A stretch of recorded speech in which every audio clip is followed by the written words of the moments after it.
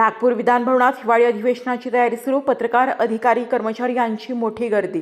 नागपूर दिनांक 8 डिसेंबरपासून सुरू होत असलेल्या हिवाळी अधिवेशनाच्या पार्श्वभूमीवर नागपूर विधानभवन परिसरात मोठ्या प्रमाणावर हालचाल व तयारीला वेग आलाय.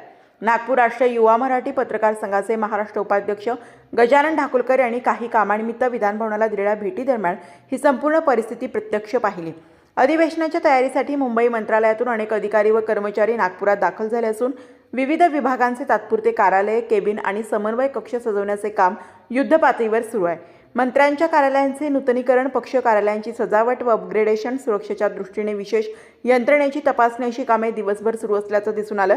पत्रकार जगताकडून अधिवेशनाबाबत मोठी उत्सुकता असल्याने परिसरात राज्यभरातील अनेक पत्रकारांची वर्दळ दिसत होती. काही पत्रकार वाहन पार्किंग पास मिळवण्यासाठी तर काही बातमी कव्हरेज पास व इतर अधिकृत परवानग्या घेण्यासाठी संबंधित कक्षांकडे रांगेत उभे असल्याचेही निरीक्षणात आले.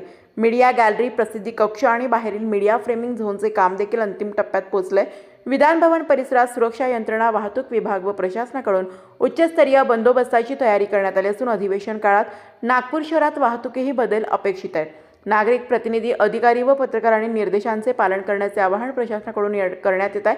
यावर्षीच्या हिवाळी अधिवेशनाकडे राज्यातील सर्वच राजकीय पक्ष, सामाजिक संघटना व माध्यमांचे लक्ष लागले असून महत्त्वाच्या विधेयकांपासून ते विविध आंदोलनाच्या चर्चा अशा अनेक मुद्द्यांमुळे अधिवेशन तापणार असल्याचं जाणकारांचं मत आहे.